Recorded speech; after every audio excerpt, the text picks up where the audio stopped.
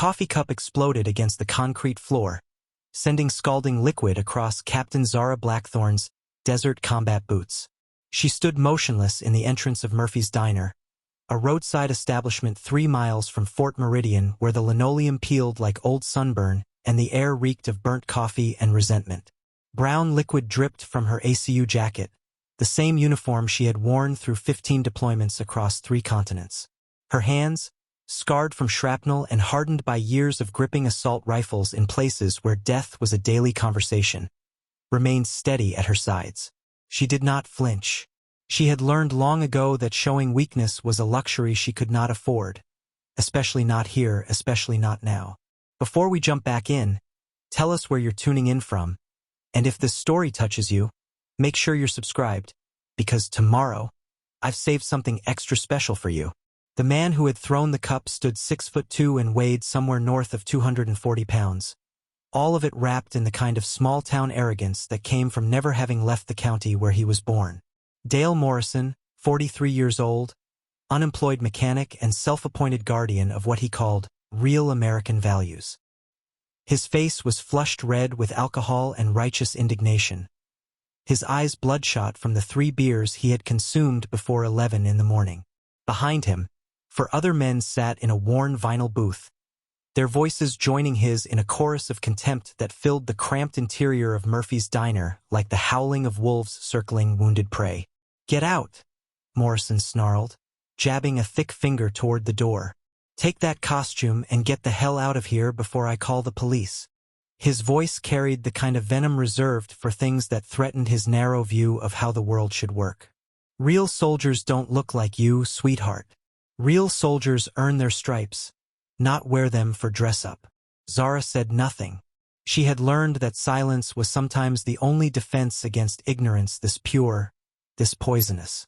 She reached into her pocket for a napkin, the same pocket where she kept the Bronze Star with Valor device, the Purple Heart, and the Presidential Unit Citation that officially did not exist because the missions that earned them had been classified above the security clearance of everyone in this diner combined.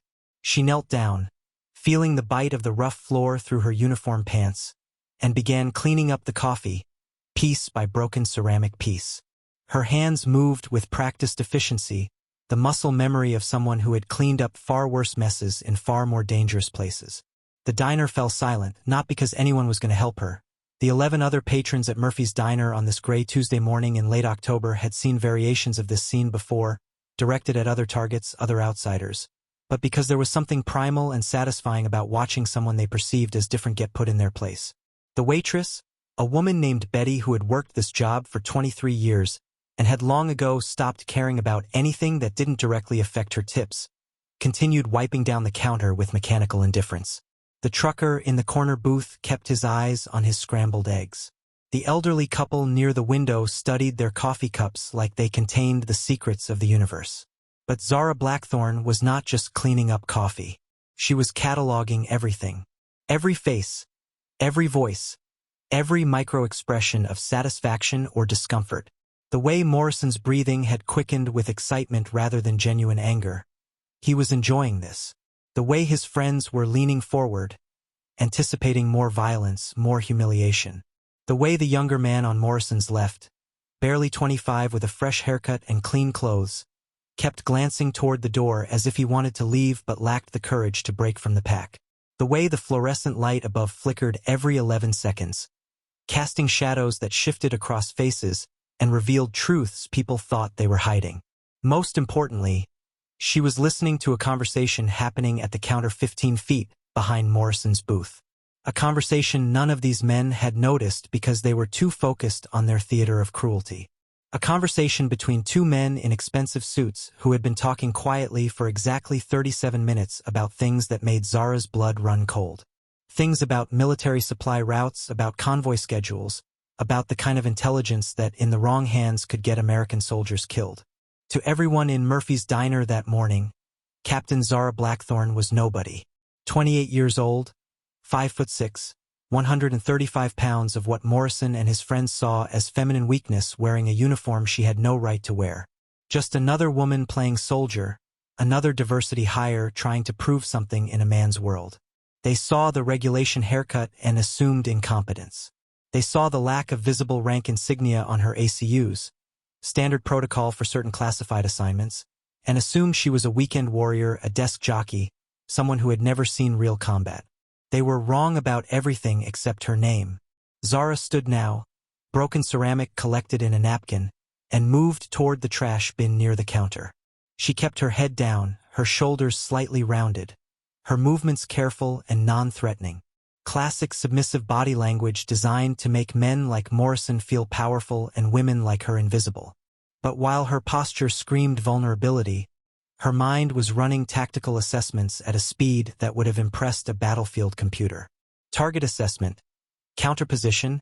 Male approximately 47 years old, 6 feet even, 190 pounds. Expensive watch, Rolex Submariner. Retail value approximately $32,000. Far too expensive for most legitimate government salaries. Clothing. Tailored charcoal suit, Italian leather shoes, no visible jewelry except the watch.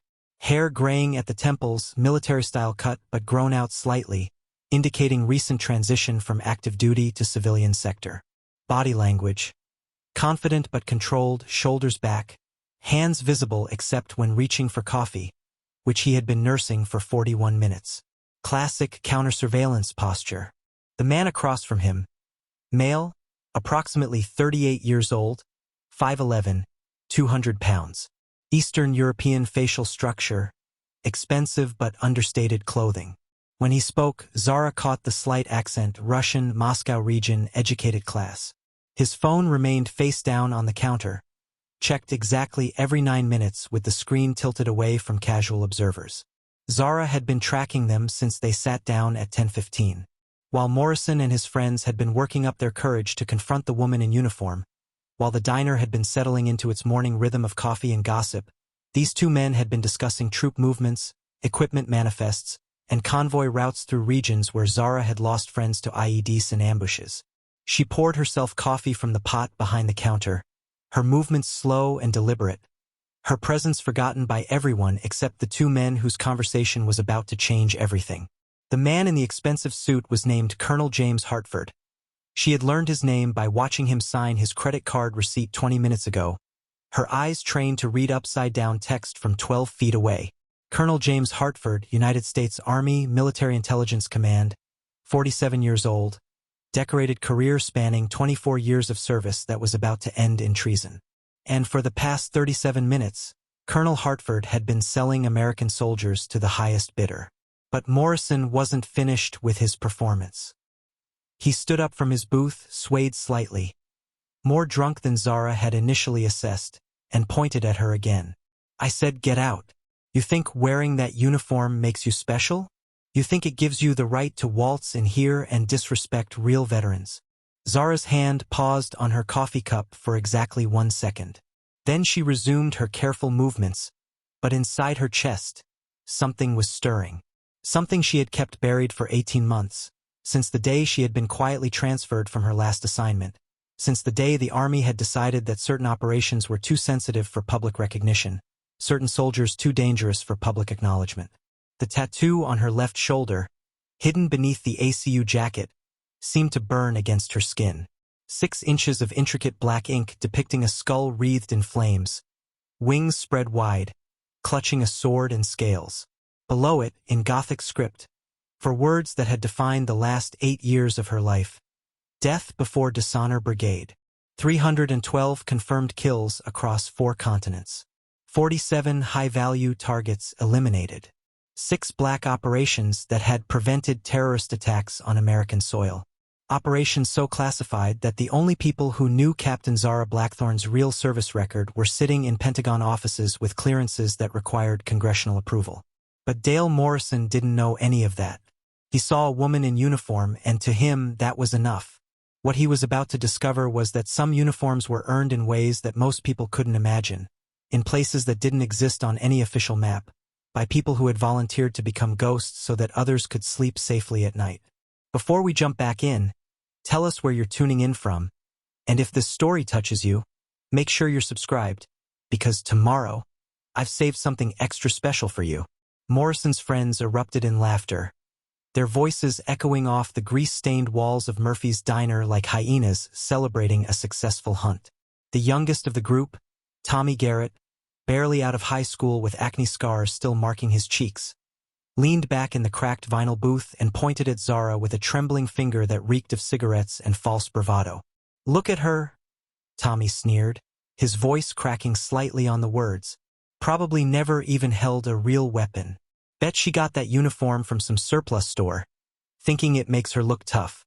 He took a long pull from his beer bottle, his third of the morning, and slammed it down hard enough to make the sugar dispenser jump. "My daddy fought in Desert Storm. Real combat. Not like whatever participation trophy bullshit they're handing out these days."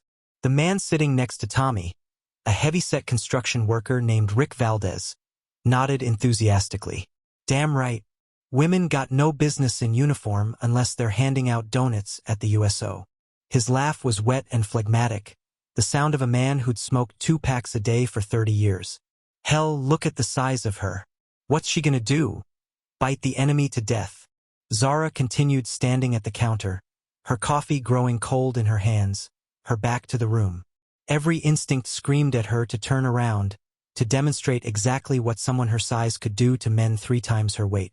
The muscle memory was still there, dormant but ready. The precise angle needed to collapse a windpipe, the pressure points that could drop a grown man in seconds, the dozens of ways she had been trained to kill with nothing but her bare hands. But that would blow her cover. That would end the surveillance operation she had been running for 3 weeks, tracking the 2 men at the counter who had no idea they were being watched by someone whose job description included words like neutralize and terminate with extreme prejudice. Behind her, she could hear Morrison standing up, his chair scraping against the linoleum floor. His footsteps were heavy, unsteady, moving in her direction. The conversations at the counter continued, Hartford and his Russian contact discussing payload weights and route timings, completely oblivious to the drama unfolding 15 feet away. "I'm talking to you, soldier girl." Morrison's voice was closer now, maybe 6 feet behind her. Zara could smell the alcohol on his breath, the sour stench of anger and entitlement. "Turn around when I'm talking to you. That's an order." The irony wasn't lost on her. This unemployed mechanic, this small-town bully who had never served a day in his life, was giving orders to someone who had taken commands from generals, who had been personally briefed by cabinet members, who had conducted operations that would never appear in any history book. Zara set down her coffee cup with deliberate care. She counted to 3, a technique learned in interrogation training to maintain control under pressure, and slowly turned around. Her gray eyes met Morrison's bloodshot blue ones for exactly 2 seconds before her training kicked in and she lowered her gaze. Rule number 1 in deep cover: never maintain eye contact longer than necessary. Eye contact reads as challenge. Challenge invites escalation, and escalation compromises the mission. But Morrison wasn't satisfied with submission. He was drunk, angry, and performing for an audience that was eating up every moment of his show. He stepped closer, close enough that Zara could see the broken blood vessels in his nose, the yellow stains on his teeth, the small scar above his left eyebrow that spoke of barroom fights and poor decisions. "You deaf or just stupid?" Morrison demanded, his voice rising to fill the diner. "I asked you a question. Where'd you get that uniform? What unit you supposed to be with? Because I'm thinking you're just some wannabe playing dress up, and that pisses me off." The diner had gone completely silent now. Even the conversation at the counter had paused, Hartford and the Russian looking over with mild irritation at the disturbance. Betty the waitress had stopped pretending to clean glasses and was watching with the kind of morbid fascination people reserved for car accidents and public humiliations. Zara's jaw tightened almost imperceptibly. Her eyes, pale gray like winter fog over the mountains where she had conducted winter warfare training, remained fixed on Morrison's face, but she was cataloging everything in peripheral vision. Exit routes, potential weapons, civilian positions, threat assessment. The kind of tactical awareness that had kept her alive in places where showing weakness meant dying. She saw the way Morrison's pupils were dilated, alcohol mixed with something else, maybe amphetamines. She noted the slight tremor in his left hand, the way he favored his right leg when he shifted weight, probably an old injury that would compromise his balance if things got physical. She observed how his friends were leaning forward in anticipation, wanting violence but not wanting to participate directly. Most importantly, she was still listening to Hartford's conversation, which had resumed after the brief interruption. The Russian was saying something about delivery schedules, about payment methods, about timing that coincided with upcoming military exercises. Intelligence that would be worth millions on the black market. Intelligence that would get American soldiers killed. Cat got your tongue? Morrison reached out and grabbed a handful of Zara's SCU jacket, his knuckles brushing against the spot where her unit patch should have been. Standard protocol for her assignment required no identifying markers, no name tape, no unit designation. To Morrison, this looked like stolen valor. To anyone who understood military protocols for classified operations, it meant something entirely different. Zara let him grip the fabric. Let him pull her slightly off balance. Let him think he was in control. Her training had taught her that sometimes the best way to win a fight was to let your opponent think they had already won. Maybe I should call the MPs, Morrison continued, his confidence growing with each passing second that Zara didn't resist. Have them come down here and arrest your ass for impersonating a soldier. That's a federal crime, you know. They don't take kindly to stolen valor around here. Tommy and Rick were laughing again, but there was something else in the sound now. A nervous edge, as if some primitive part of their brains was warning them that something wasn't quite right. The woman they were tormenting wasn't reacting the way victims usually did. She wasn't crying, wasn't begging, wasn't showing the fear they expected to see. Instead, Zara Blackthorn was perfectly still, perfectly calm, like a predator waiting for the right moment to strike. I'm going to count to 3, Morrison said, his grip tightening on her jacket. 1. You tell me where you stole that uniform. 2. You admit you're just some feminist nutjob playing soldier. 3. He leaned closer, his breath hot against her face. I drag you out of here myself and teach you some respect. At the counter, Hartford was reaching into his briefcase. Zara could see him in her peripheral vision, pulling out what looked like a tablet computer. This was it, the intelligence transfer they had been waiting for. 3 weeks of surveillance, 3 weeks of playing the part of a random customer, 3 weeks of listening and watching and documenting. This was the moment that would either expose a major security breach or confirm her suspicions about one of the Army's most trusted intelligence officers. But Dale Morrison was making that impossible. His amateur theatrics were drawing attention, disrupting the careful surveillance operation that had taken months to arrange. His need to humiliate a woman in uniform was about to compromise a mission that could save American lives. Zara looked up at Morrison, her gray eyes meeting his for the 3rd time. But this time she didn't look away. This time something shifted in her expression. Something cold and dangerous that made Morrison's grip falter slightly, made his friends stop laughing, made the entire diner suddenly feel smaller and more confined. Because Captain Zara Blackthorn had just made a decision. The mission was important. The intelligence was critical. Maintaining her cover was essential. But some lines couldn't be crossed. Some disrespect couldn't be tolerated. And some men needed to learn that the uniform they were mocking had been earned in ways they couldn't begin to comprehend. 3, Morrison whispered, completing his count. Zara smiled. It wasn't a pleasant smile. Your count is off, she said quietly, her voice carrying clearly through the silent diner. Let me show you how we do it in the real Army. Morrison's grip loosened involuntarily as something primal in his brain, some evolutionary warning system honed by millions of years of survival, suddenly screamed that he was no longer the predator in this equation. Zara's voice had been soft, almost conversational, but there was something underneath it that made the hair on the back of his neck stand up, something that spoke of authority earned in places where authority meant the difference between life and death. But his alcohol-soaked pride wouldn't let him back down, especially not in front of his friends. Especially not from a woman half his size. He tightened his grip on her jacket again, pulled her closer, close enough that she could see the capillaries broken in his cheeks from years of heavy drinking. You threatening me? Morrison's voice cracked slightly, betraying the nervousness he was trying to hide. You think you can intimidate me with your little soldier act? I've dealt with tougher bitches than you at the unemployment office. Zara's smile widened slightly, and for the first time since entering Murphy's diner, she allowed a fraction of her real self to surface. Not Captain Blackthorn of the Death Brigade, that would have to remain buried, but enough of her actual personality to let Morrison understand that he had made a serious miscalculation. Intimidate you? Zara's voice was still quiet, but now it carried the kind of calm certainty that made seasoned soldiers nervous. No, I'm not threatening you. I'm educating you.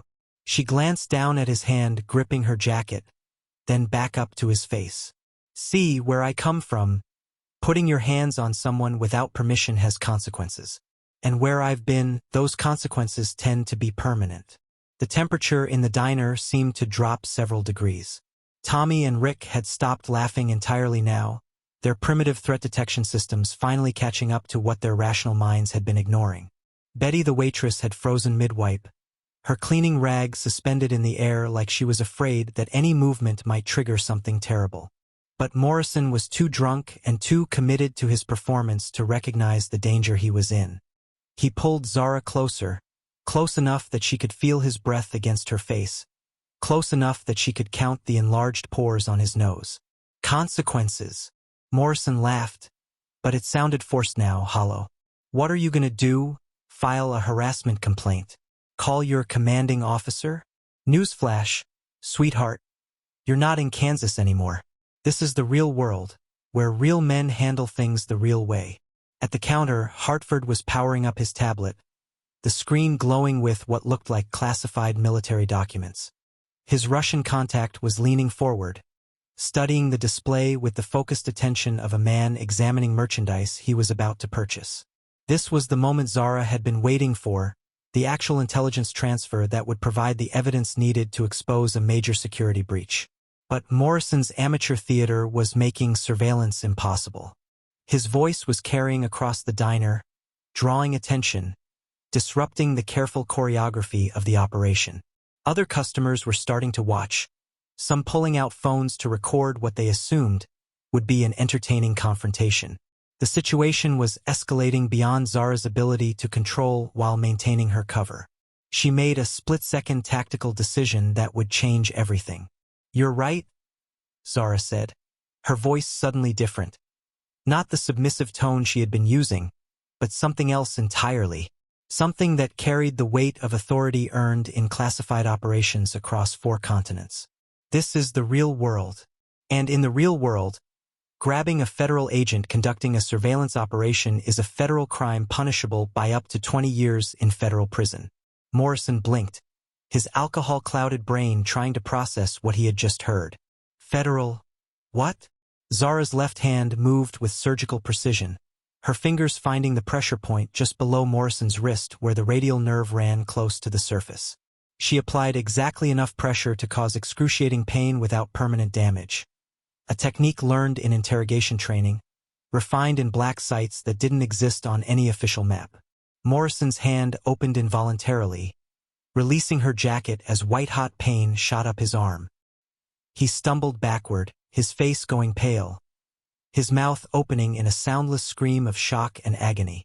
Rule number 1 in federal law enforcement, Zara continued conversationally, as if she wasn't currently applying a nerve hold that was making a 240-pound man whimper like a child. Interfering with an ongoing federal investigation is a felony. Rule number 2, assaulting a federal agent in the performance of their duties is terrorism under the Patriot Act. She released the pressure point and Morrison stumbled backward, crashing into his table, sending beer bottles scattering across the floor. His friends scrambled out of the way, suddenly very interested in becoming invisible. The entire diner had gone silent except for the sound of Morrison gasping and clutching his wrist. But Zara wasn't finished. She had blown her cover, compromised her surveillance operation, violated every protocol in the book. But sometimes the mission had to adapt to circumstances, and sometimes the best way to complete an operation was to change the rules entirely. She reached into her jacket pocket, not the one with the napkins, but the one that contained her federal credentials, her service weapon, and the small recording device that had been capturing Hartford's conversation for the past 45 minutes. She pulled out a leather wallet and flipped it open, revealing the golden badge and identification card that transformed her from victim to predator in the space of a heartbeat. Special Agent Zara Blackthorn, Defense Intelligence Agency, Counterintelligence Division, she announced, her voice carrying clearly through the silent diner. This establishment is now under federal surveillance as part of an ongoing national security investigation. The effect was immediate and dramatic. Morrison's friends pressed themselves against the back of their booth as if trying to merge with the vinyl upholstery. Betty dropped her cleaning rag and raised her hands like she was being robbed. The elderly couple near the window began frantically digging through their purses for identification, convinced they were about to be arrested for something they couldn't remember doing.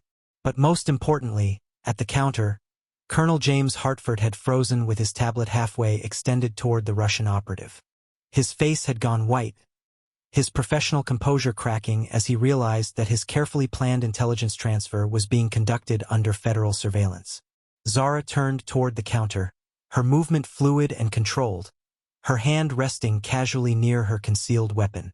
Colonel Hartford, Victor Kozlov, you're both under arrest for conspiracy to commit espionage against the United States. The Russian, Kozlov, made the mistake of reaching inside his jacket.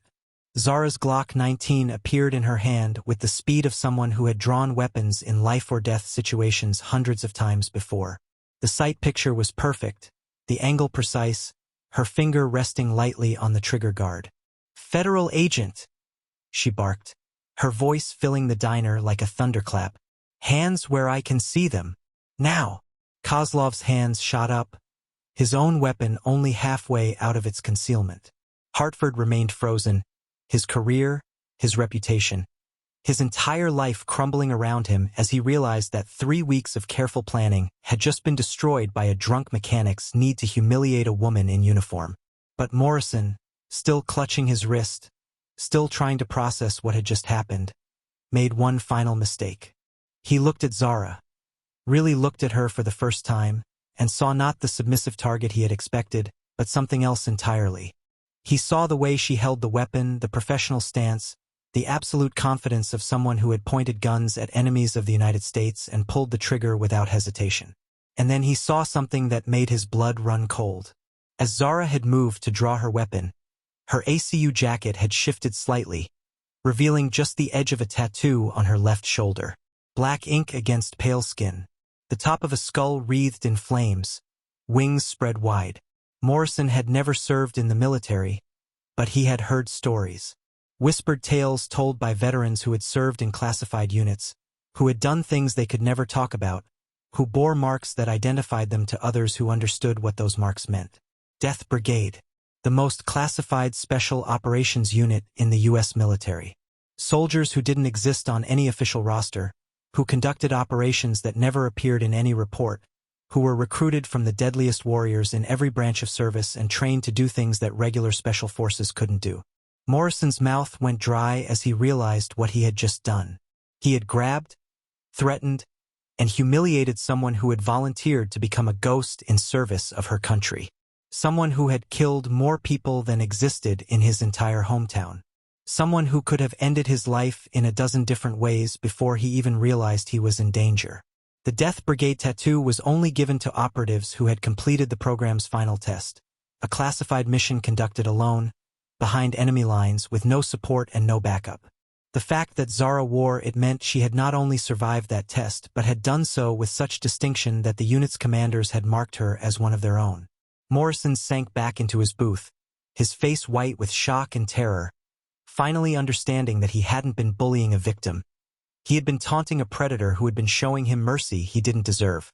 The silence stretched for exactly 7 seconds, long enough for everyone in Murphy's diner to understand that the world had fundamentally shifted, that the comfortable assumptions they had been operating under were now as shattered as the coffee cup on the floor.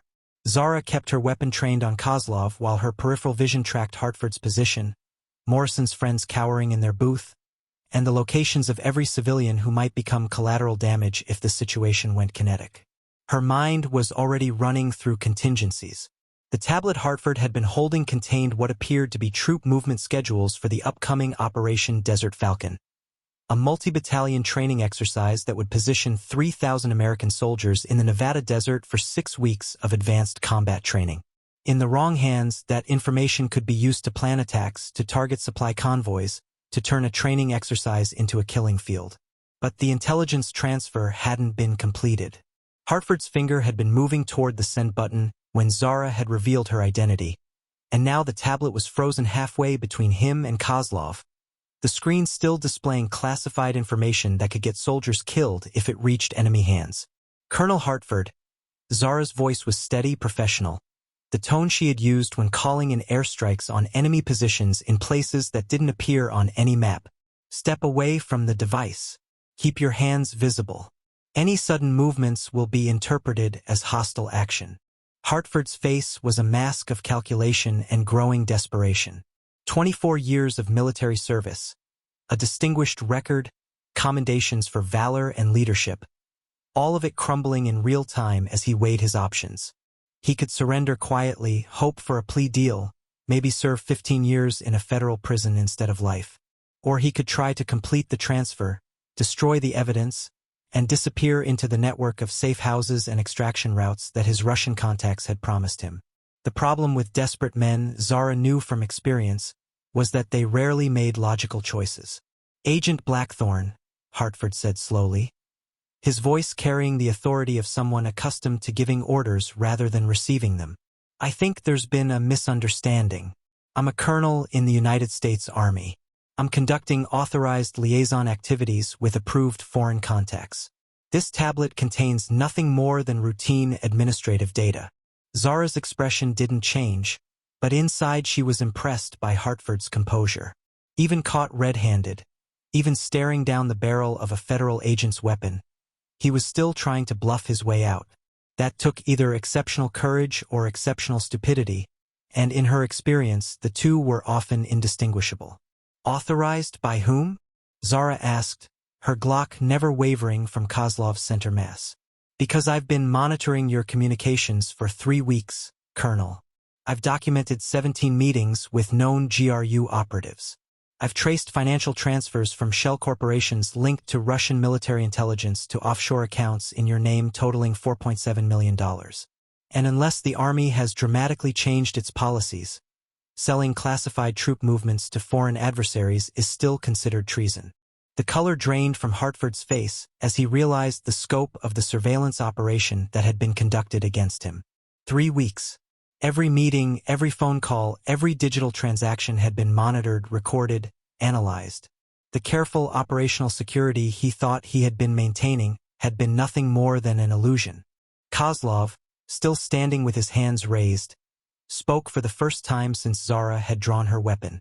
His English was accented but precise, the product of extensive language training at one of the GRU's elite academies.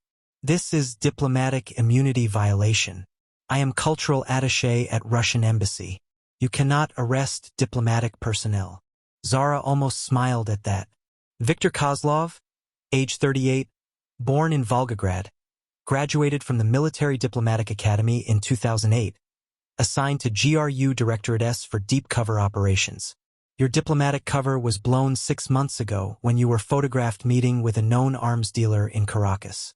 The State Department revoked your immunity status, but apparently your handlers forgot to mention that in your briefing.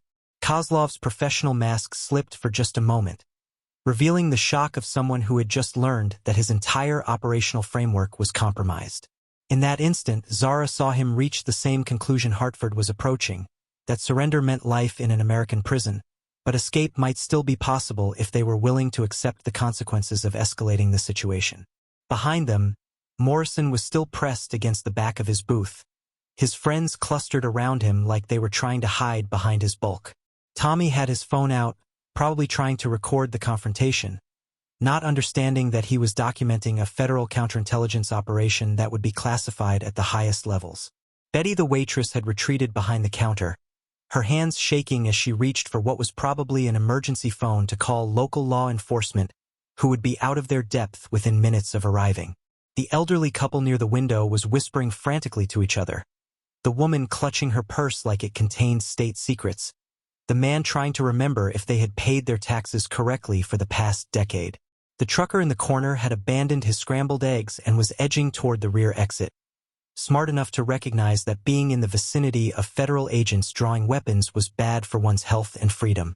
But Zara's attention was focused on the micro-expressions crossing Hartford's face as he weighed his options.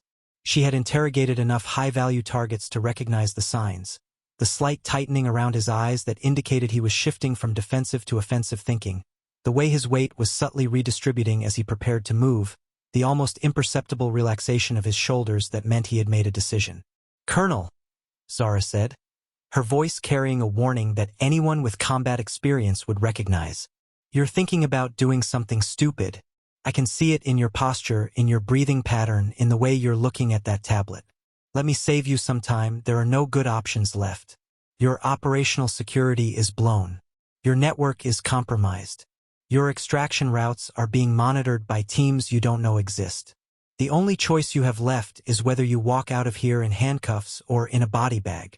Hartford's laugh was bitter, the sound of a man who had spent his entire adult life serving his country only to discover that his country's gratitude had expiration dates and pension limitations. "You think this is about money, Agent Blackthorn? You think I'm some common trader selling secrets for a bigger bank account?"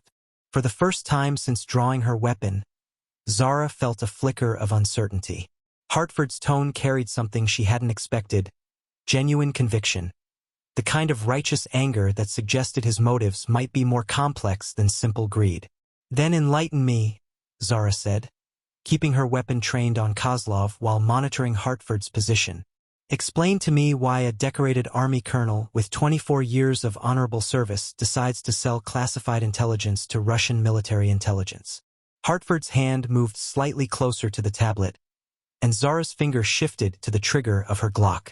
One sudden movement, one attempt to complete the data transfer, and she would put 2 rounds center mass into Kozlov and transition to Hartford before either man could blink.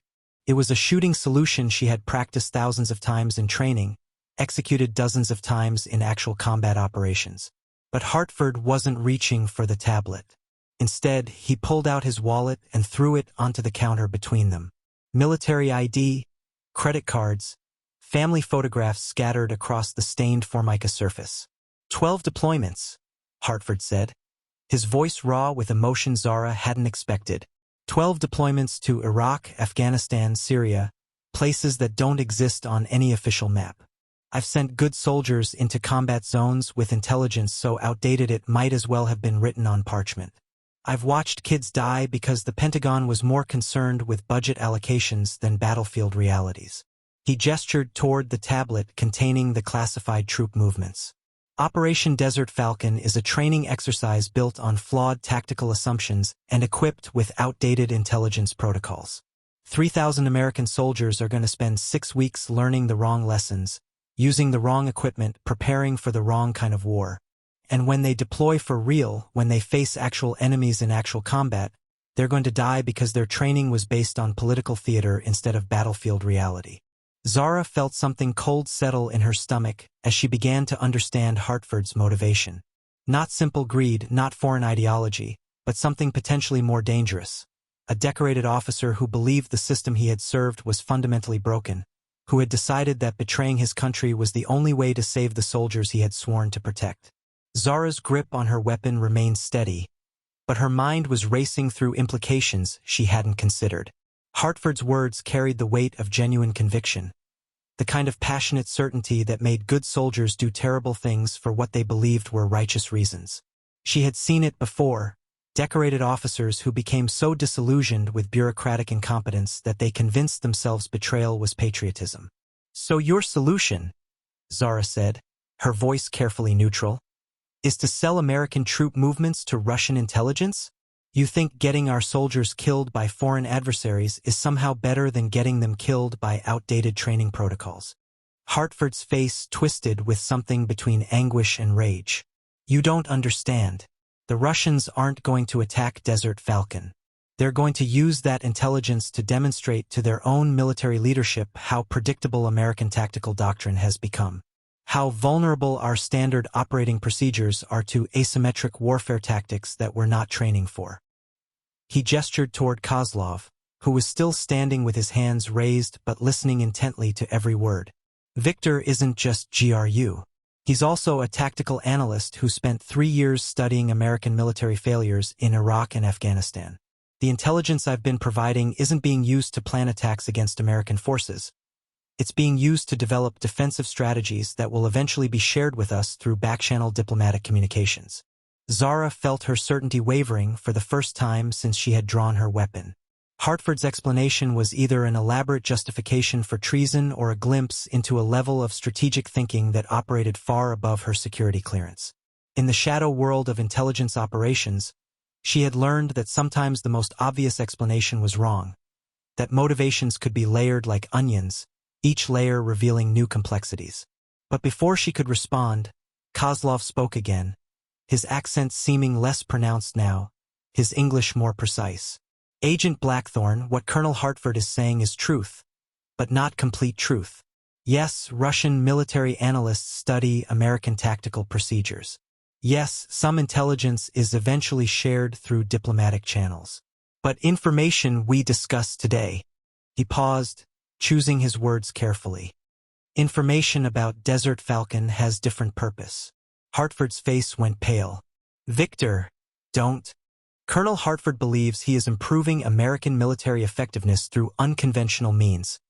Kozlov continued, ignoring Hartford's warning. But Desert Falcon intelligence is not for tactical analysis. Is for target acquisition. Russian military contractors in Syria are planning ambush of American convoy that will be using same routes, same timing, same security protocols as Desert Falcon exercise. The temperature in the diner seemed to drop 20 degrees. Zara watched Hartford's face as the full scope of his betrayal became clear. Not just to her, but to him. The man who thought he was saving American lives by exposing flawed training procedures had actually been setting up American soldiers for slaughter by providing operational intelligence to people who intended to use it for murder. No, Hartford whispered, his voice barely audible. That's not. You said the intelligence would be used for defensive analysis. You promised. Kozlov's smile was cold, professional, the expression of a predator who had just revealed his true nature. Colonel Hartford, you are an intelligent man, but perhaps not as sophisticated as you believe. Did you think Russian Federation pays millions of dollars for academic research? Did you think we maintain expensive intelligence networks for theoretical military studies? Hartford staggered backward as if he had been physically struck. His hand went to his chest, pressing against his uniform jacket where his service ribbons and commendations told the story of a career spent protecting American interests. 24 years of honorable service, 2 Bronze Stars, a Purple Heart from an IED explosion in Fallujah that had left him with a permanent limp and nightmares that still woke him some nights. All of it destroyed by his own naive belief that he could outsmart the intelligence professionals who had been manipulating him from the moment they first approached him 18 months ago. You're lying, Hartford said, but his voice carried no conviction. You're saying this because you're under arrest, because you're trying to create leverage. I am saying this because operation is already completed, Kozlov replied.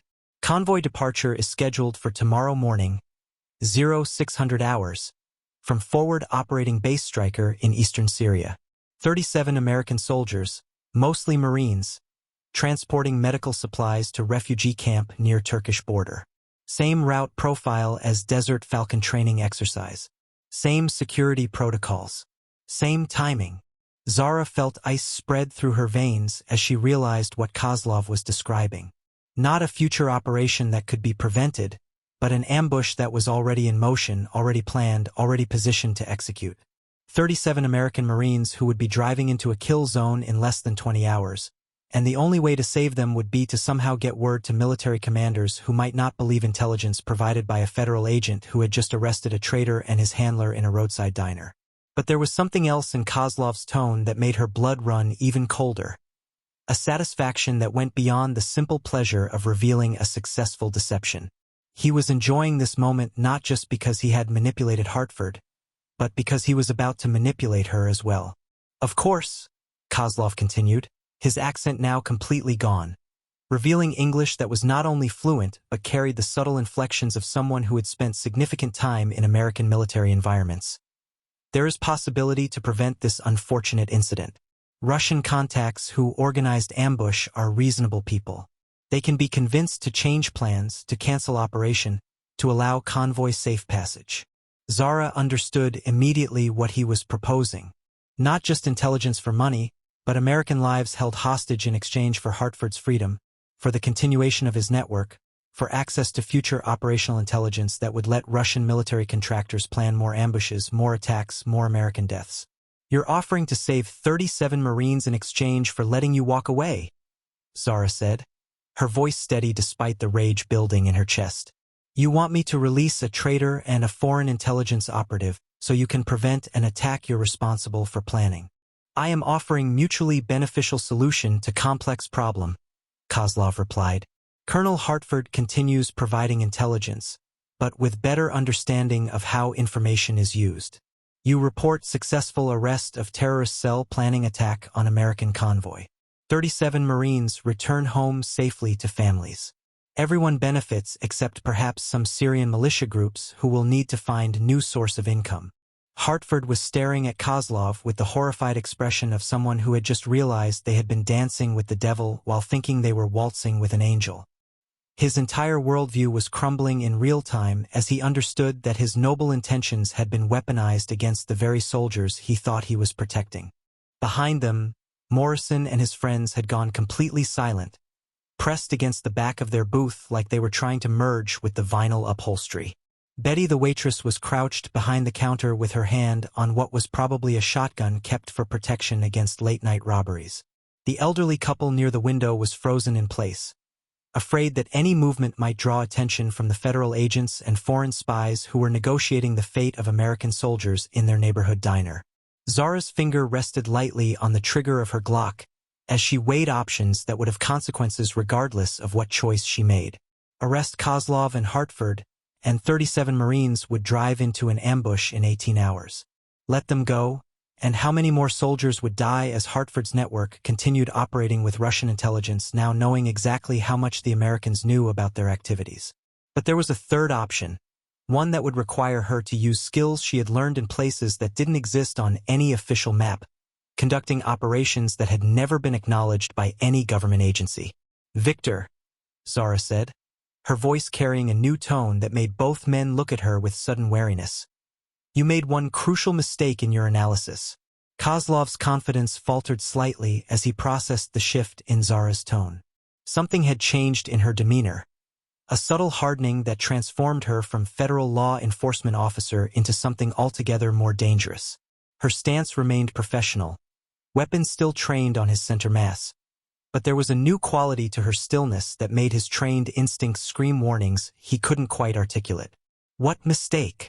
Kozlov asked, his voice carefully controlled, but unable to completely hide his uncertainty. Zara's smile was razor-thin, carrying none of the warmth that normal human expressions contained. It was the smile of someone who had learned to find satisfaction in places where most people found only horror. "You assumed I was just a federal agent conducting a routine counterintelligence investigation. You assumed my authority was limited to arrest warrants and courtroom testimony."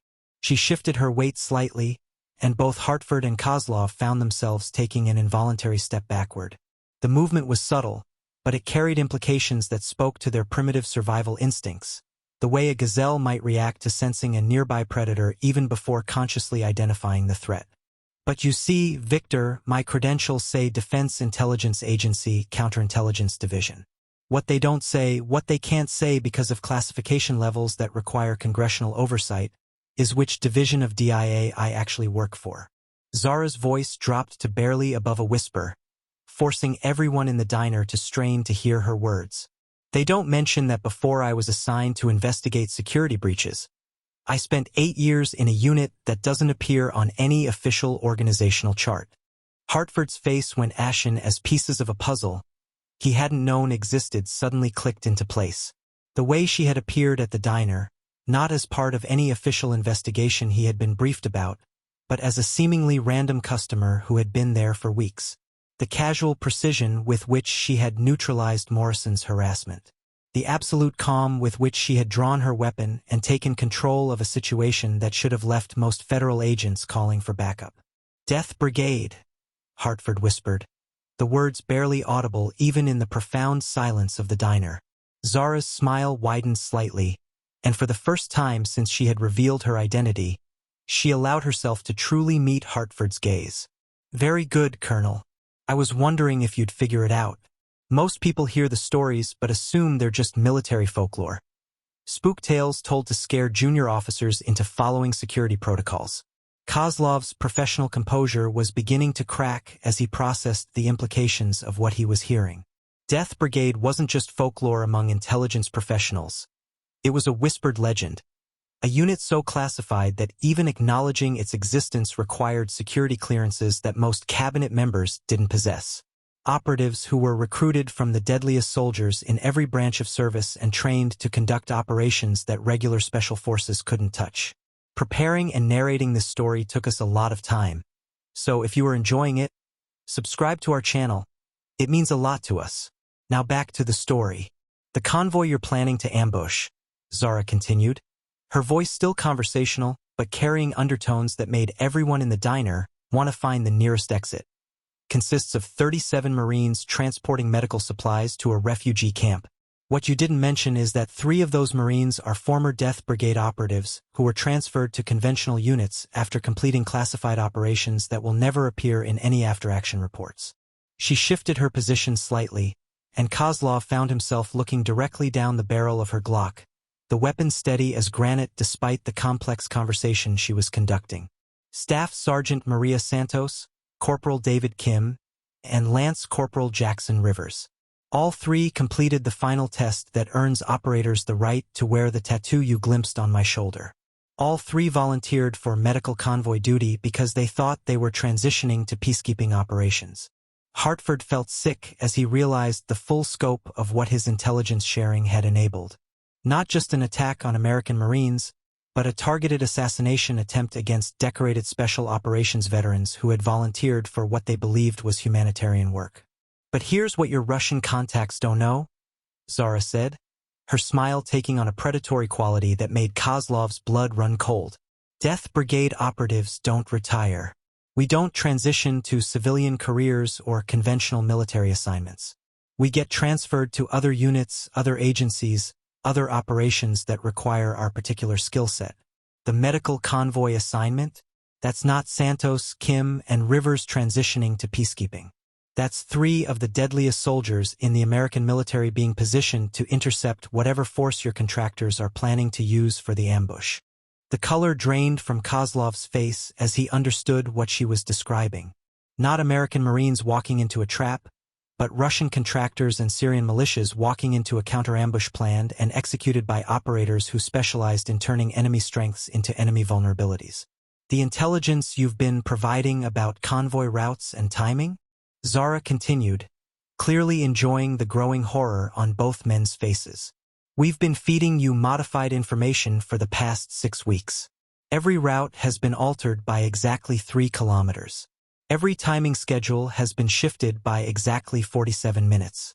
Your contractors are planning to ambush empty desert, while 37 American Marines deliver medical supplies along completely different routes that your network has never seen.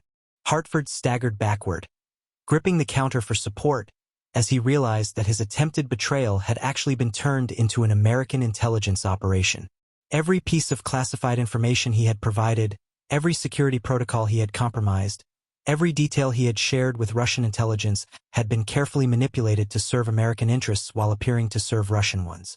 Impossible, Kozlov said, but his voice carried no conviction. Our intelligence verification protocols would have detected any deception of that magnitude. We have independent confirmation sources, satellite imagery, communications intercepts, all of which can be manipulated if you know how intelligence networks operate. Zara interrupted. Did you really think Death Brigade operatives spend 8 years learning how to kill people in creative ways? We learn how to think like our enemies, how to anticipate their moves, how to turn their own operational security against them. She gestured toward Hartford with her free hand, keeping her weapon trained on Kozlov. Your asset here has been under surveillance since the day he first contacted Russian intelligence. Every meeting has been monitored. Every communication has been intercepted. Every piece of information he provided was reviewed, modified, and approved by analysts who understand exactly how Russian military contractors plan and execute ambush operations. The implications were staggering. Not just a successful counterintelligence operation, but a complex deception that had turned Russian intelligence assets into unwitting tools of American strategic interests.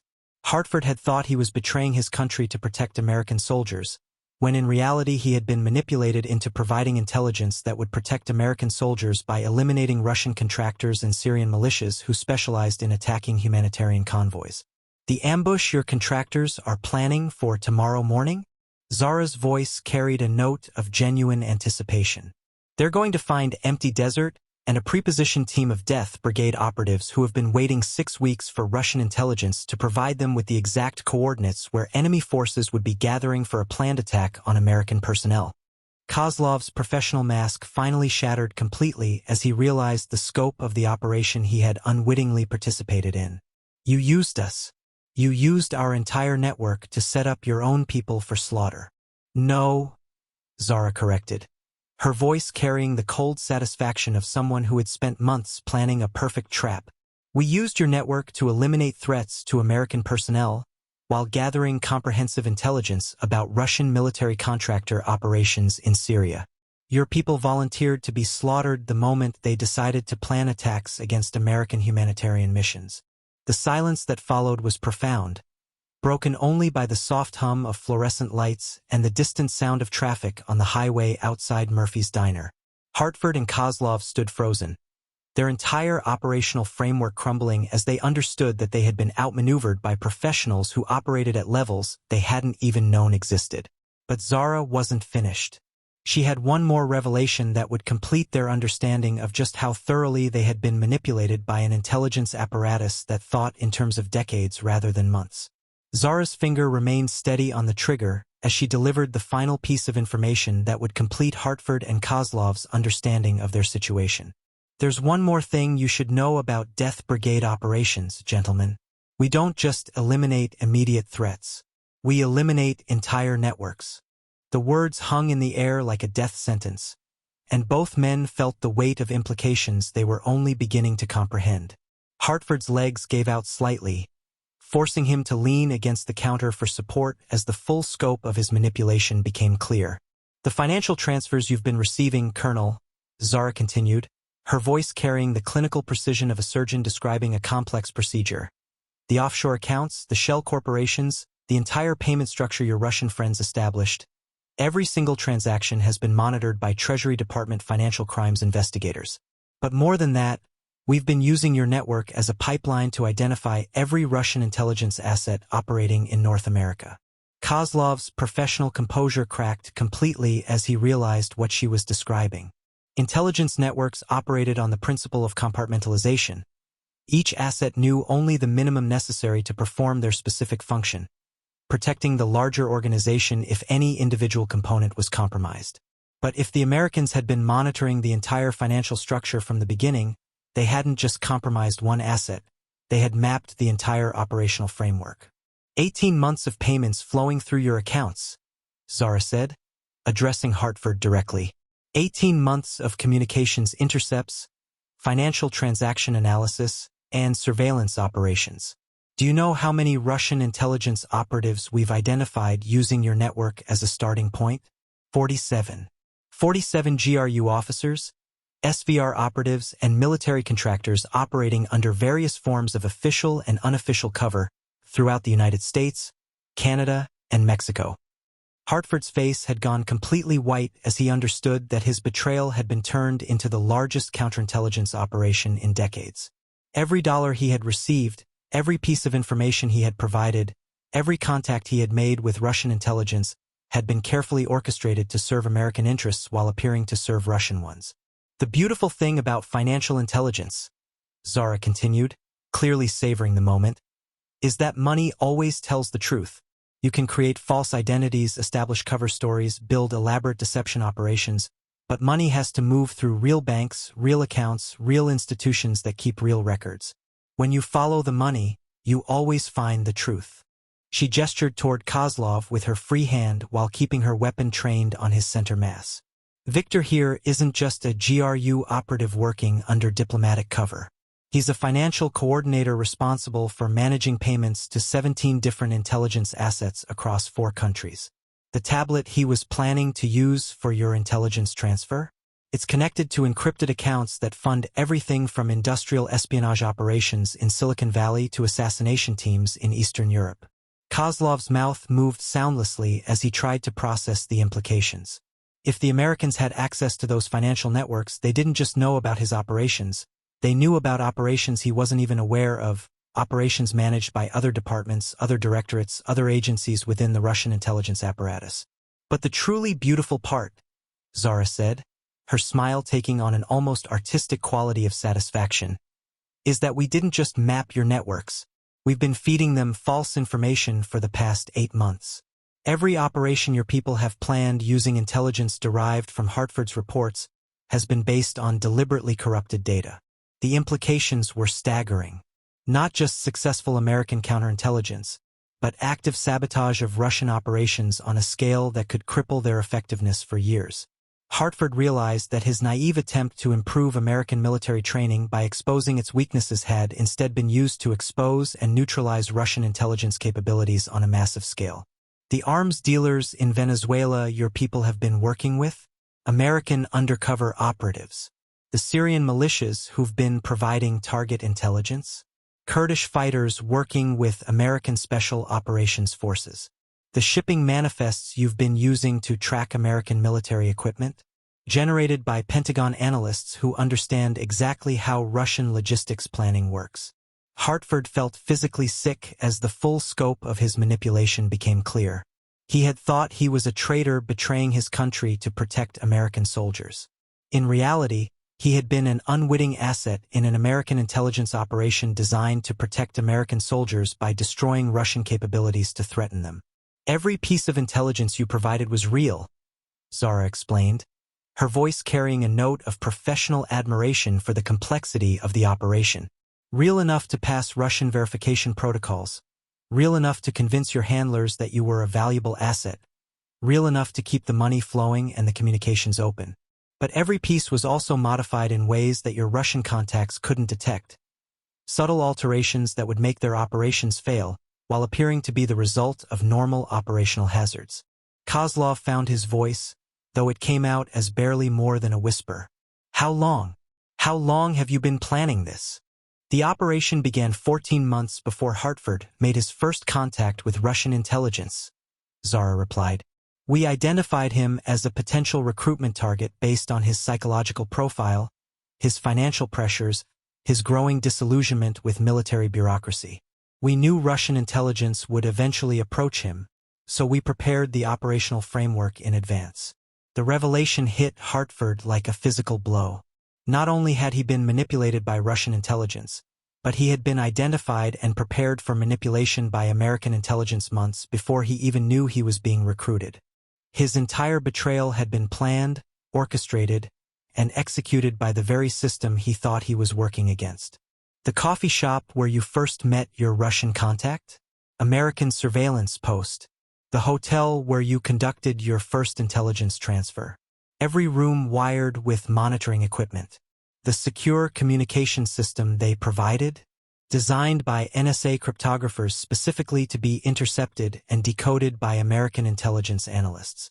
Hartford slumped against the counter. His 24 years of military service reduced to being an unwitting pawn in an operation so complex, he couldn't even comprehend its full scope. Every decision he had made, every moral compromise he had accepted, every justification he had created for his betrayal had been anticipated and incorporated into an American intelligence operation that had used his patriotism as a weapon against the enemies he thought he was helping. But why? Hartford asked, his voice broken with the realization of his complete manipulation. Why go through all this elaborate deception? Why not just arrest me when the Russians first made contact? Zara's expression softened slightly, showing perhaps the first hint of genuine human emotion since she had drawn her weapon. Because arresting you would have eliminated one Russian intelligence asset and closed one financial network. Using you as an unwitting double agent allowed us to map their entire operational structure in North America, while feeding them false information that will compromise Russian military capabilities for the next decade. The silence that followed was profound, filled with the weight of revelation and the understanding that everyone in Murphy's Diner had just witnessed the conclusion of one of the most complex intelligence operations in American history. Hartford stood broken by the realization of his manipulation. Kozlov faced the destruction of everything he had worked to build, and Zara held the weapon that represented the final act of an operation that had taken years to plan and execute. But the operation wasn't over yet. There was still one final element that would determine whether 37 American Marines lived or died, whether Russian intelligence networks could be completely neutralized, and whether the years of careful planning would achieve their ultimate strategic objectives. The tactical situation shifted dramatically as Zara's phone began vibrating in her pocket. Not the prepaid device she carried for routine communications, but the encrypted satellite phone that connected directly to Death Brigade Operational Command. The timing wasn't coincidental. Somewhere in a classified facility that didn't appear on any government organizational chart, analysts were monitoring this conversation in real time, waiting for the precise moment to execute the next phase of an operation that had been years in the planning. "That's my extraction signal," Zara announced, her weapon still trained on Kozlov, but her attention now divided between immediate tactical concerns and the larger strategic picture. "Which means we've reached the point where this operation transitions from intelligence gathering to direct action." Hartford looked up from his position against the counter, confusion evident on his face. "Extraction? You're leaving? What about the arrests, the evidence, the—" "Colonel, you still don't understand the scope of what you've been involved in," Zara interrupted, her voice carrying a note of something that might have been pity. "This was never about arresting you and Kozlov. This was about using your network to identify, map, and neutralize Russian intelligence operations across 3 continents. The arrests are just the final act of a much larger performance." She shifted her position slightly, maintaining her weapon's sight picture on Kozlov while creating a better angle to observe the diner's entrance. Through the grease-stained windows, she could see movement in the parking lot. Vehicles that hadn't been there moments before, figures in tactical gear taking positions around the building's perimeter. "Victor," Zara said, addressing the Russian operative directly, "you've been very helpful in explaining the true purpose of the intelligence you've been purchasing from Colonel Hartford. But there's something you should know about Death Brigade operational protocols. We don't just gather intelligence, we act on it." Kozlov's face went pale as he realized what she was implying. "The convoy ambush. You're not just planning to intercept it. You're planning to eliminate everyone involved in the planning." "Not just the ambush team," Zara confirmed, her smile taking on a quality that made everyone in the diner want to find the nearest exit. "The entire support network. The financiers in Moscow who funded the operation.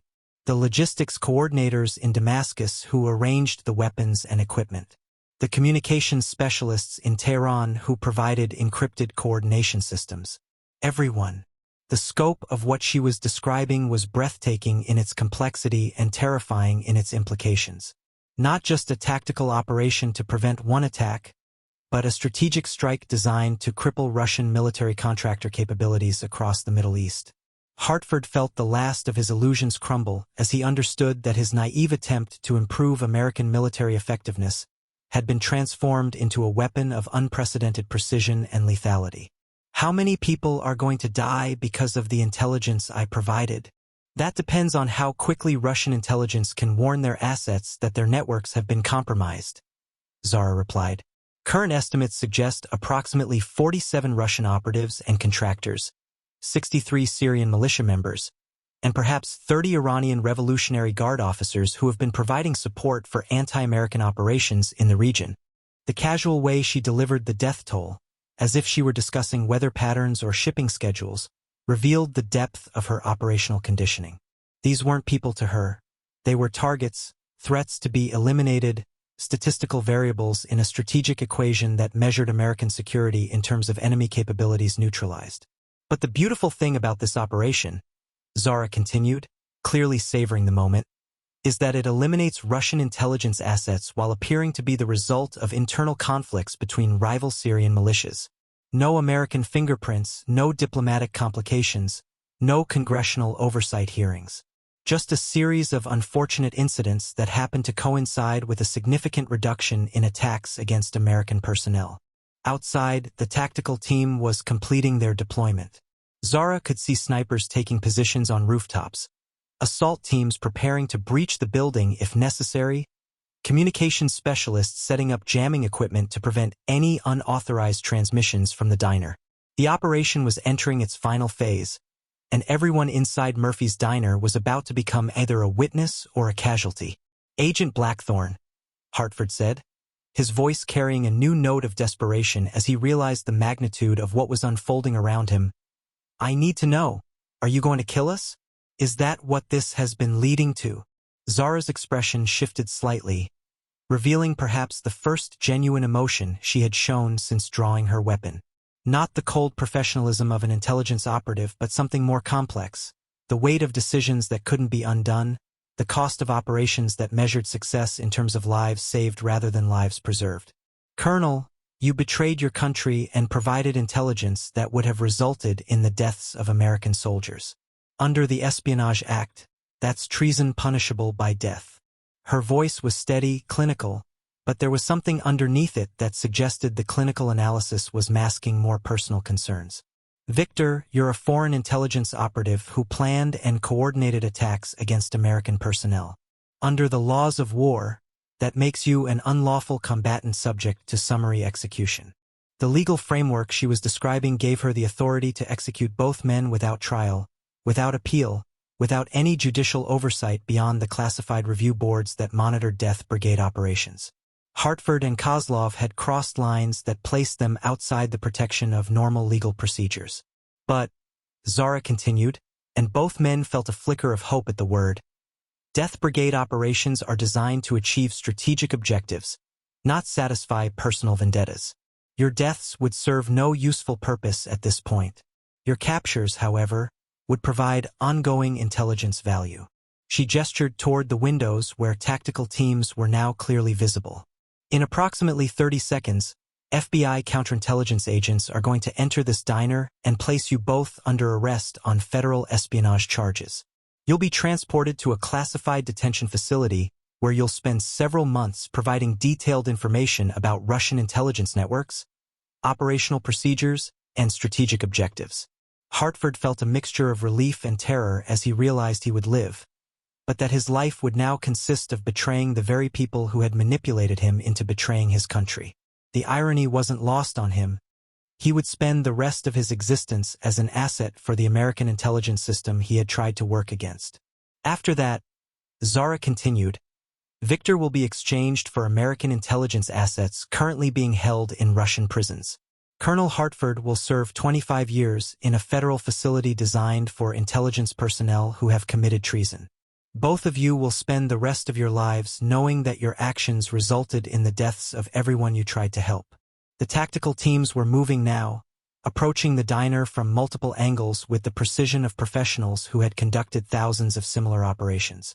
Zara could hear the soft whisper of suppressed communications equipment, the careful placement of breaching charges, the synchronized coordination of a unit trained to neutralize threats with minimal collateral damage. "There is, however, one final element of this operation that requires your immediate cooperation," Zara announced, her weapon still trained on Kozlov, but her attention now focused on something beyond their immediate situation. "The Syrian ambush team is expecting a final confirmation signal from Victor before they move into position tomorrow morning. We need that signal to be sent, but with coordinates that will place them exactly where our counter-ambush team expects them to be."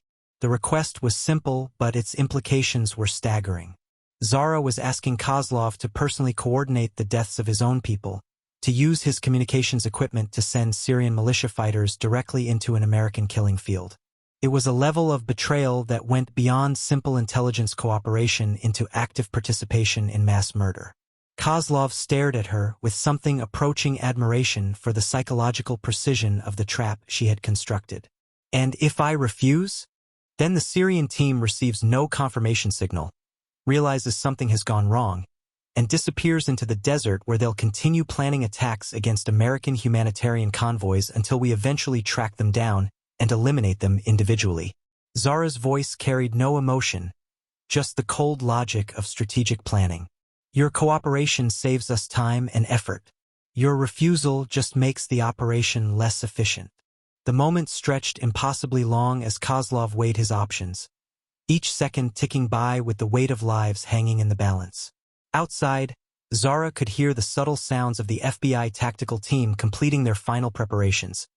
The soft click of weapon safeties being disengaged, the whispered communications coordinating breach positions, the careful placement of flashbang grenades that would disorient everyone inside the diner when the assault began. Kozlov's face had gone through a series of micro-expressions as he processed the impossible choice Zara had presented him. Cooperate and actively participate in the deaths of Syrian fighters who trusted him, or refuse and watch those same fighters die anyway while accomplishing nothing except satisfying his own moral sensibilities. It was the kind of choice that revealed character in its purest form, the moment when all pretense was stripped away and only fundamental nature remained. "You understand?" Kozlov said finally, his voice carrying a note of something that might have been respect, "that what you are asking me to do violates every principle of intelligence work, every oath I have taken, every loyalty I have maintained throughout my career." Zara's weapon never wavered, but her expression shifted slightly as she recognized something in Kozlov's tone that she hadn't expected. Not the desperation of a cornered operative or the calculation of a professional trying to negotiate better terms, but the exhaustion of someone who had finally reached the end of a long journey through moral compromises and strategic deceptions. "Yes," she replied simply. "I understand exactly what I'm asking you to do, just as I understand what Colonel Hartford thought he was doing when he first contacted your people. Just as I understand what I'm doing by standing here with a weapon pointed at another human being, while coordinating an operation that will result in dozens of deaths." Hartford looked up from his position against the counter, something approaching clarity beginning to penetrate his shock and despair. "This isn't about intelligence gathering anymore, is it? This isn't about protecting American soldiers or preventing terrorist attacks. This is about something else entirely." Zara's smile was thin, professional, but there was something underneath it that suggested depths of consideration that went beyond simple tactical planning. "What do you think it's about, Colonel?" "Control," Hartford said, his voice gaining strength as pieces of a larger puzzle began falling into place in his mind. This entire operation, the recruitment, the deception, the network mapping, the planned eliminations, it's all about demonstrating to Russian intelligence that American capabilities are so advanced, so comprehensive, so inevitable that resistance is pointless. The observation was more perceptive than Zara had expected from someone who had been so thoroughly manipulated for so long. Hartford was beginning to understand that his personal betrayal had been just one small component in a strategic demonstration designed to reshape the entire landscape of intelligence warfare between major powers. "Very good, Colonel. You're beginning to see the bigger picture." Zara's voice carried a note of genuine approval. Russian intelligence has been operating under the assumption that they understand American capabilities, that they can predict our responses, that they can manage the risks of their operations against American interests. This operation is designed to shatter those assumptions permanently. She gestured toward Kozlov with her free hand while maintaining her weapon sight picture. "When Victor reports back to his superiors, and he will report back, either as an asset providing intelligence about American detention procedures or as part of a prisoner exchange, he'll carry a message that will fundamentally change how Russian intelligence assesses the costs and benefits of operations against American targets." The message was elegantly simple in its brutality. American intelligence capabilities were so advanced that Russian operations could be detected, mapped, and neutralized before they even reached the planning stage.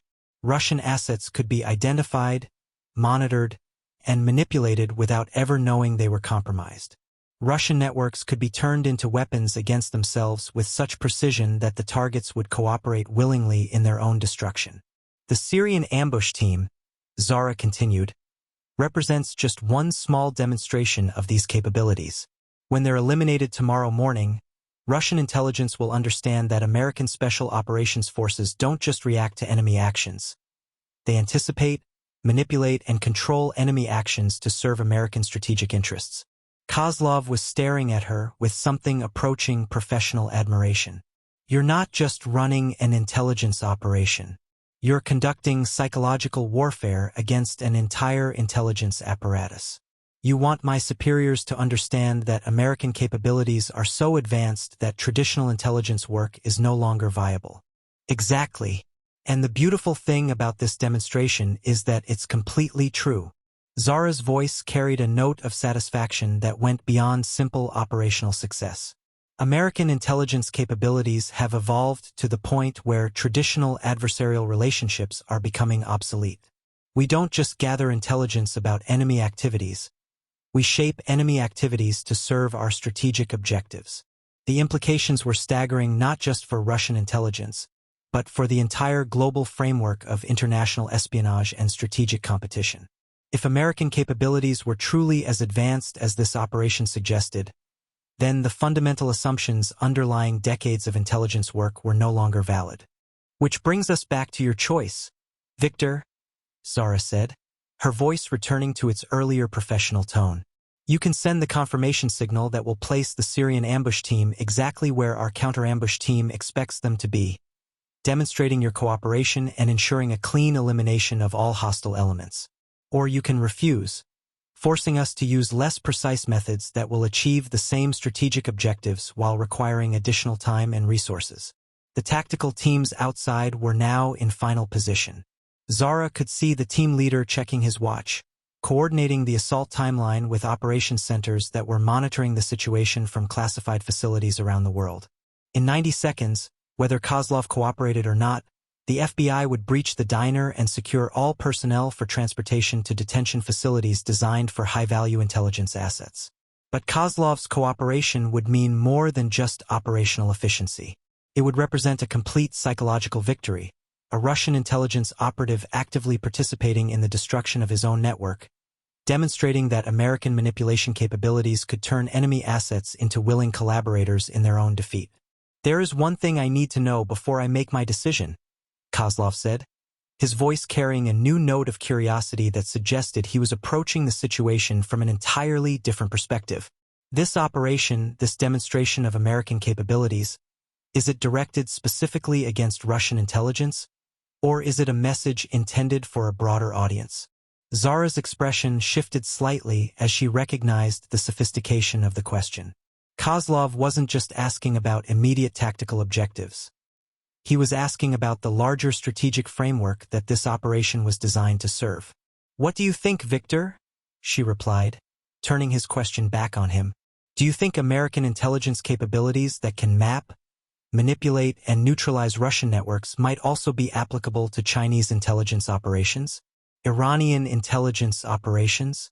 Intelligence services of any nation that considers itself a strategic competitor to American interests?" The revelation that this was just one demonstration in a larger campaign to reshape global intelligence warfare hit both Hartford and Kozlov simultaneously. Not just an operation against Russian assets, but a strategic message to every intelligence service in the world that American capabilities had evolved beyond traditional adversarial relationships into something approaching complete information dominance.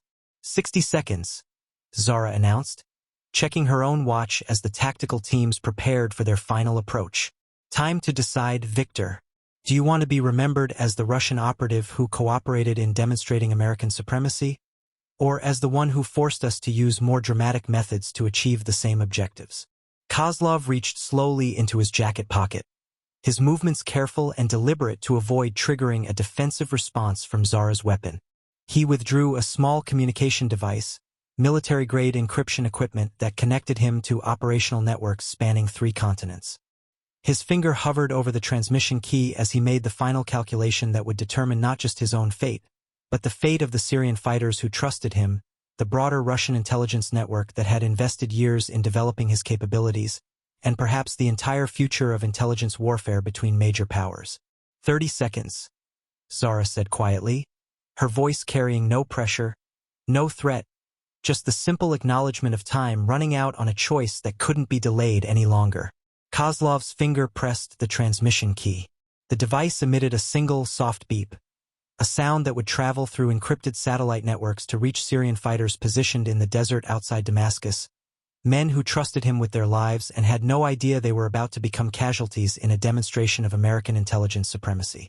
The coordinates he transmitted placed the ambush team exactly where Death Brigade operatives expected them to be, ensuring that tomorrow's engagement would be swift, decisive, and completely one-sided. "Confirmation sent," Kozlov said quietly, his voice carrying the hollow tone of a man who had just crossed a line he could never recross. "Ambush team will be in position at grid reference 36.2048 north, 37.1614 east, elevation 847 meters, beginning at 0545 hours local time." Zara nodded, her expression showing no satisfaction at his cooperation, no triumph at his capitulation. This wasn't a personal victory. It was simply another data point in an operation that measured success in terms of strategic objectives achieved rather than individual choices validated. "Thank you for your cooperation, Victor. Your decision has saved American lives and demonstrated the futility of continued Russian intelligence operations against American interests." Her voice was professional, clinical, the tone of someone completing a complex technical procedure rather than orchestrating human deaths across multiple continents. The FBI tactical team was now at the diner's entrance, their movements coordinated with the precision of professionals who had conducted thousands of similar operations. Through the windows, Zara could see the team leader raising his hand, preparing to signal the breach that would transform Murphy's Diner from a surveillance post into a federal crime scene. But before the assault began, Hartford spoke one final time, his voice carrying a note of something that might have been acceptance or perhaps just exhaustion. "Agent Blackthorn, I need to know, was any of it real? My concerns about American military training, my belief that I was protecting American soldiers, my conviction that the system needed to be changed from within." Zara turned to look at him fully for the first time since drawing her weapon, and for a moment her professional mask slipped slightly, revealing something that might have been genuine human empathy. "Your concerns were real, Colonel. American military training does have serious flaws. The bureaucratic incompetence you identified is a genuine threat to soldier safety. Your desire to protect American lives was completely authentic." She paused, choosing her words carefully as the tactical team prepared to breach. "But the solution you chose, betraying classified information to foreign adversaries, that was never going to achieve your objectives. It was always going to result in American deaths, regardless of what justifications your Russian contacts provided." Hartford nodded slowly, understanding that his noble intentions had been weaponized against him by professionals who understood how idealistic soldiers could be manipulated into becoming unwitting traitors. "The system you represent, the capabilities you've demonstrated, they're going to change everything, aren't they?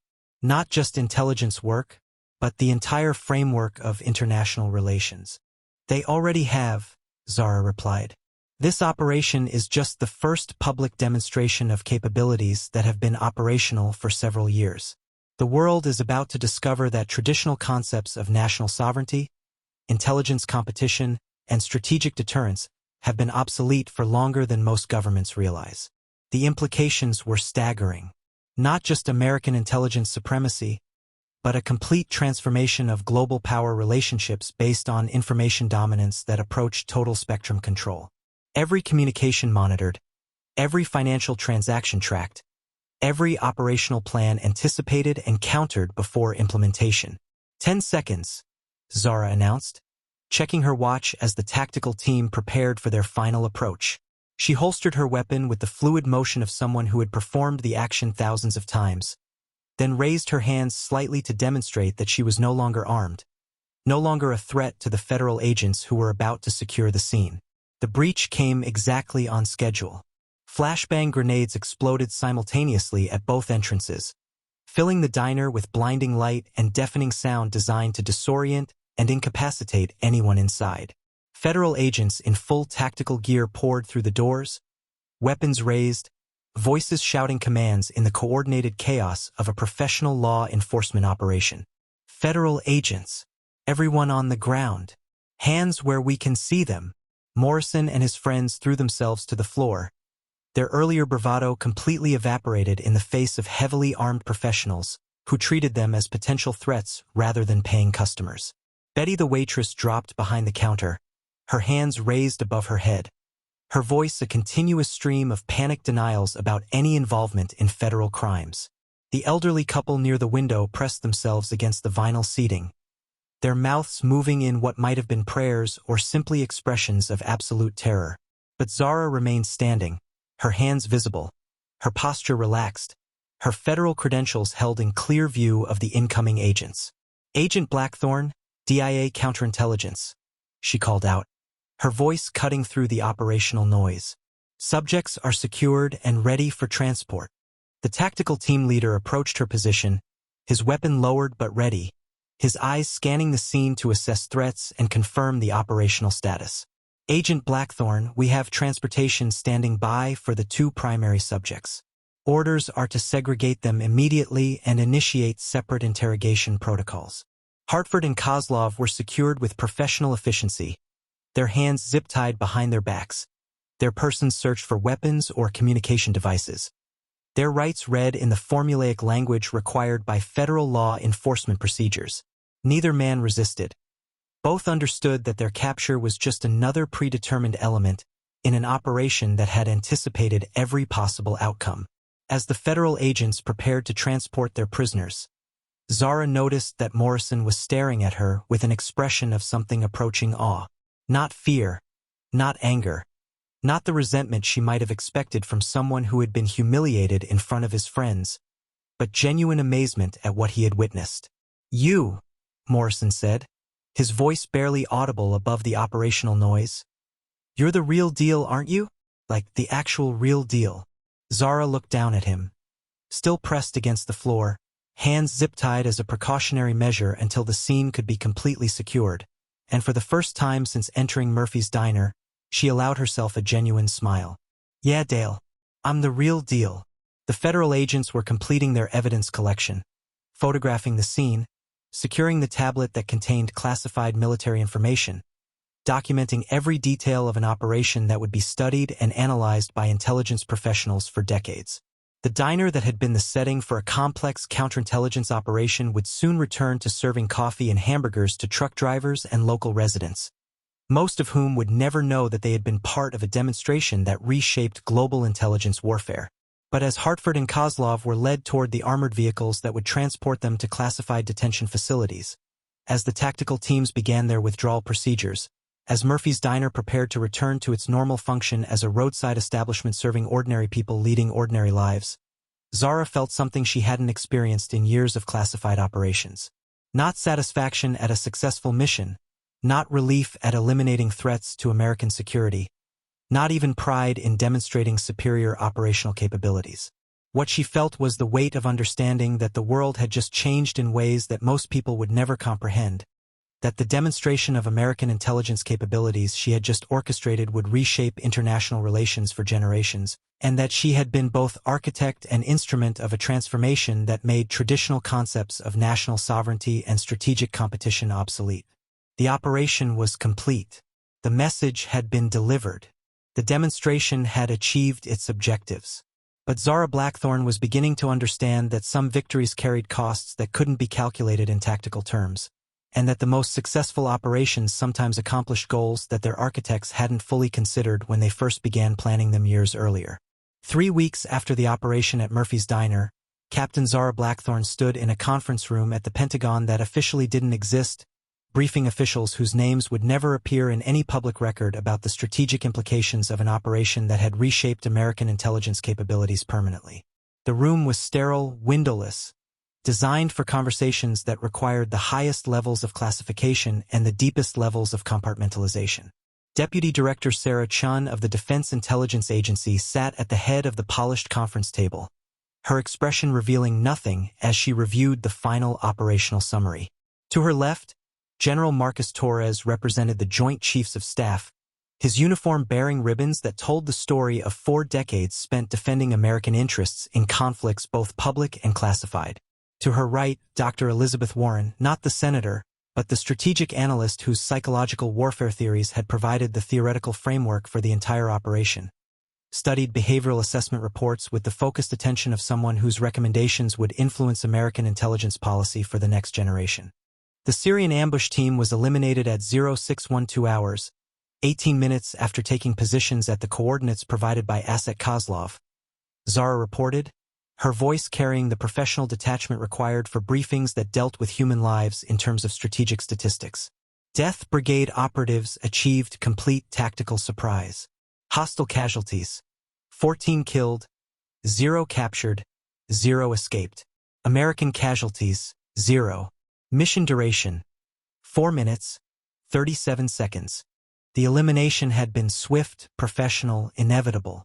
Syrian fighters who had trusted Russian intelligence coordination found themselves facing American special operations soldiers who had been waiting in prepared positions with superior equipment, superior training, and superior intelligence about enemy intentions and capabilities. The engagement had been so one-sided that it barely qualified as combat, more execution than battle. Russian intelligence response has been exactly as predicted, Zara continued, advancing to the next slide in her presentation. Asset Kozlov's debriefing has been shared with GRU leadership through carefully managed intelligence channels. Initial assessment indicates complete acceptance that American intelligence capabilities represent an existential threat to traditional Russian operations. The psychological impact had been immediate and profound. Russian intelligence analysts studying the operation's outcome had concluded that American capabilities were so advanced that continued operations against American targets represented unacceptable risk levels. Not just operational risk, but strategic risk to the entire framework of Russian intelligence activities worldwide. Chinese intelligence services have initiated independent assessment of American capabilities based on signals intelligence intercepts of Russian communications, Zara reported. Preliminary indications suggest they're reaching similar conclusions about the futility of traditional intelligence competition with American assets. Deputy Director Chun looked up from the operational summary, her expression revealing the first hint of satisfaction since the briefing began. Agent Blackthorn, your assessment of the operation's success in achieving its primary strategic objectives? Zara considered the question carefully, weighing operational achievements against broader implications that extended far beyond the specific tactical goals they had originally established. Ma'am, the operation achieved all primary objectives and several secondary objectives that weren't anticipated during the planning phase. Russian intelligence capabilities against American targets have been degraded by approximately 67% based on observable changes in their operational patterns. Chinese intelligence appears to be initiating similar strategic reassessments. Iranian intelligence has completely suspended operations against American humanitarian missions pending internal review of American capabilities. The numbers represented more than operational success. They represented a fundamental shift in global power relationships based on demonstrated American superiority in the one arena that ultimately determined all other forms of international competition. Information warfare, conducted with such precision and effectiveness that traditional concepts of strategic competition had become obsolete. But, Zara continued, her voice carrying a note of caution that made everyone in the room focus their complete attention on her next words. The operation has also created strategic implications that may not serve long-term American interests. General Torres leaned forward slightly, his experience in asymmetric warfare making him sensitive to unintended consequences that could transform tactical victories into strategic vulnerabilities. Explain. Sir, the demonstration of American intelligence capabilities has been so comprehensive that our adversaries are beginning to understand that traditional intelligence competition is no longer viable. Zara explained, her voice carrying the weight of analysis that had kept her awake for the past 3 weeks. But rather than accepting American supremacy and reducing their activities against American interests, they're beginning to explore alternative approaches that don't depend on traditional intelligence frameworks. The implications were both subtle and terrifying. If Russian, Chinese, and Iranian intelligence services couldn't compete with American capabilities through conventional means, they would be forced to develop unconventional approaches that American intelligence systems weren't designed to detect, monitor, or counter. We're seeing increased investment in non-state actors, religious extremist organizations, criminal networks, assets that operate outside the governmental frameworks our monitoring systems are designed to penetrate, Zara continued. Instead of reducing threats to American interests, we may have inadvertently pushed our adversaries toward approaches that are more difficult to predict and more difficult to counter. Dr. Warren spoke for the first time since the briefing began. her voice carrying the analytical precision that had made her one of the Pentagon's most trusted strategic theorists. Agent Blackthorn, are you suggesting that the operation's success has created a more dangerous strategic environment rather than a safer one? Zara paused, considering how to express concerns that challenged the fundamental assumptions underlying years of operational planning and strategic investment. Ma'am, I'm suggesting that demonstrating the futility of traditional intelligence competition may have forced our adversaries to become more creative, more unpredictable, and potentially more dangerous. The silence that followed was profound, filled with the weight of understanding that the most successful intelligence operations sometimes achieve their objectives while creating entirely new categories of problems that nobody had anticipated during the planning phase. There's also the domestic implications to consider, Zara added, her voice carrying a note of personal concern that went beyond professional analysis.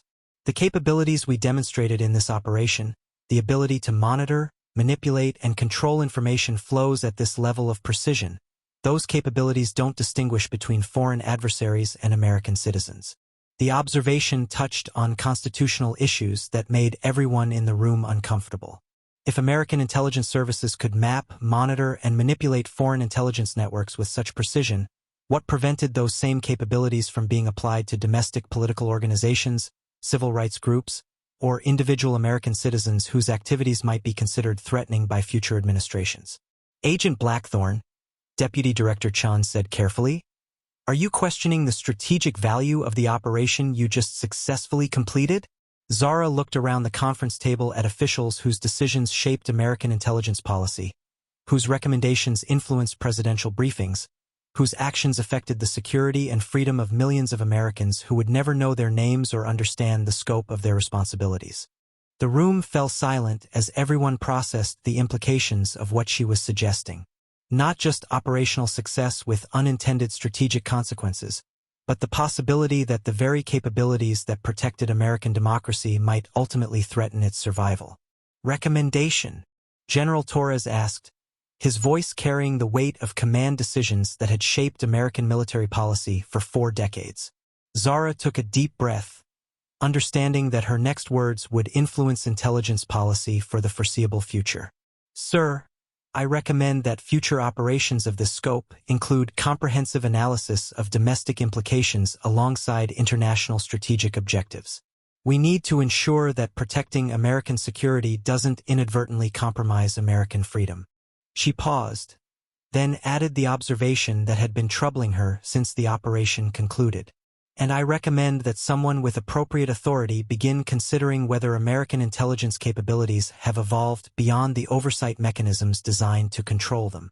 The briefing ended with more questions than answers, more concerns than celebrations, more awareness of complexity than satisfaction with success. As officials filed out of the conference room to brief their own superiors, to write their own reports, to make their own recommendations about the future of American intelligence policy, Zara remained behind to clean up her presentation materials and consider the weight of what she had accomplished. 6 months later, Zara submitted her resignation from the Death Brigade. Not because she questioned the value of protecting American interests, not because she doubted the importance of intelligence work, but because she had come to understand that some capabilities were so powerful they required people who questioned their use rather than people who simply perfected their implementation. Today, Dr. Zara Blackthorn teaches strategic studies at a small university in Vermont, where she helps the next generation of military officers understand that the most important questions in warfare aren't tactical or operational, but moral and constitutional. Her students don't know about her classified service record, don't understand the scope of operations she conducted in places that don't appear on any map, don't realize that their professor once stood in a roadside diner and orchestrated an operation that reshaped global intelligence warfare. But they do learn that the most successful soldiers are often the ones who understand when to question orders, when to challenge assumptions, and when to choose principles over advancement. Sometimes, in the middle of particularly complex discussions about military ethics and democratic governance, Zara remembers Dale Morrison, the drunk mechanic who thought he was humiliating a weak woman in uniform and instead witnessed a demonstration of capabilities that most people can't imagine. She wonders if he ever understood that the morning he spent in Murphy's diner was the moment when the world changed in ways that would affect his grandchildren's lives.